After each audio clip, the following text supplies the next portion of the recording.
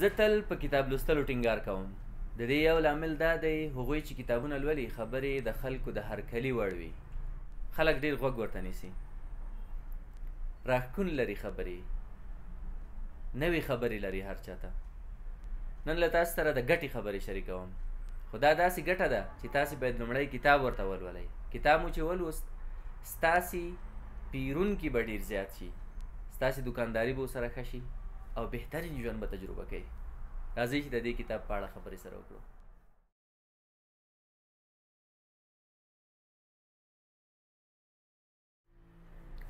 سلام او ژوند په خیر. په دې هیله چې ژوند به مو ښه روان وي او تاسې به زښته ډېر پکې خوشحاله یئ. نن در سره د پیرودونکي د ارزښت په اړه یو کتاب شریکوم. دا کتاب مو که ولوست، ډاډه یم چې تاسې به په خپلې سوداګرۍ، خپل دوکان او خپل کاروبار کې تر ټولو ډېر پیرودونکي ولرئ. تاسې به یو ښه دوکاندار یو ښه نوم به په هغه سیمه کې لرئ. تر څنګ به مو ډېر دوکانونه نور هم وي، خو تاسې ته به خلک راځي یوازې د دې لپاره چې تاسې خپل پیرودونکي ته لومړی مسکا کوئ او له هغې وروسته سودا پرې خرڅوئ. د دې کتاب نوم دی پیرودونکی پاچا وي. د پیرودونکي ارزښت دی. راټولونکی میر احمد یاد صاحب دی او خپرندوی دانش خپرندوی ټولنې ده. دا کتاب په 120 مخه لري، په سپین بهترین ښکلي کاغذ باندې چاپ شوی دی. سترګو ته هیڅ نوازیان نه لري، یوازې ذهن رغوي او د تاسې نه یو ښه دوکاندار جوړوي. چینایان یو متل کوي، وایي که څوک اخلاق نه لري هغه د دوکان نوازوي، ځکه څوک بیا نه ورته راځي.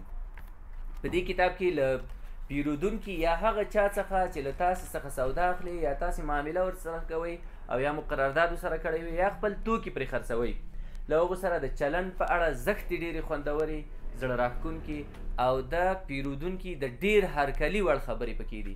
که تاسې دوکانداران یئ او دا کتاب مو لوستلی وي، ډاډه یم چې تاسې به ډېر زیات پیرودونکي ولرئ. په دې کتاب کې د پیرودونکي په ارزښت باندې زښته ډېره خبره شوې ده چې ستاسې چلند باید له هغوی سره څه وړ وي. داسې نه وي چې د یو شي پوښتنه درنه وکړي چې پلانکی شی لرئ، تاسو ورته وایئ هو لرو یې، ښه د دې بله بڼه لرئ، د بلې کمپنۍ لرئ، تاسې 2-3 جوابونه ورکړئ او اخر کې ورته وایئ چې وروره سر مو مه راخوږوه، دغه لاره ده، ځه وځه ځه. د دې لارې نه تاسې پکې رامنع کیږئ. په دې کتاب کې دا کتاب باید هر څوک غټ کاروبار ولري، غټه سوداګري ولري او که یو وړ عادي دوکان یا د سړک د سر کراچیوان وي، هغه یې هم باید ولولي.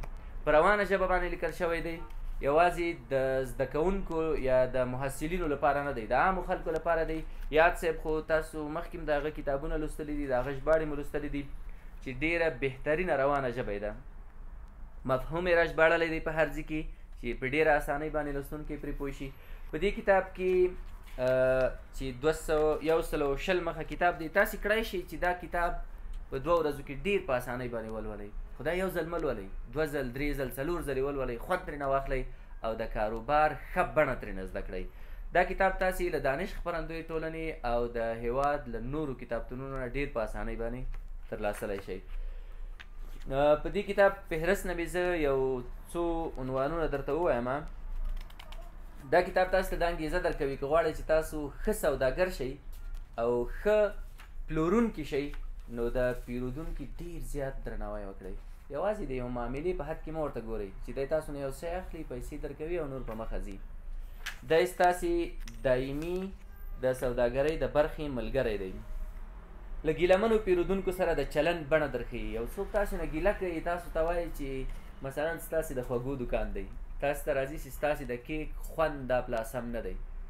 تاسو ته د چلند بڼه په دې کتاب کې درښیي چې تاسو باید څه ډول چلند ورسره وکړئ، هغوی څنګه رضا کوي او ورته ووایئ چې بله پلا به تاسې ته کیک زیات هم درکوو، خوند به یې مو د پخوا په څېر وي او ښه معیاري شی به وي. له ګینهملو پیرودونکو سره چلند بڼه درښیي، تاسې ترېنه زده کولی شئ.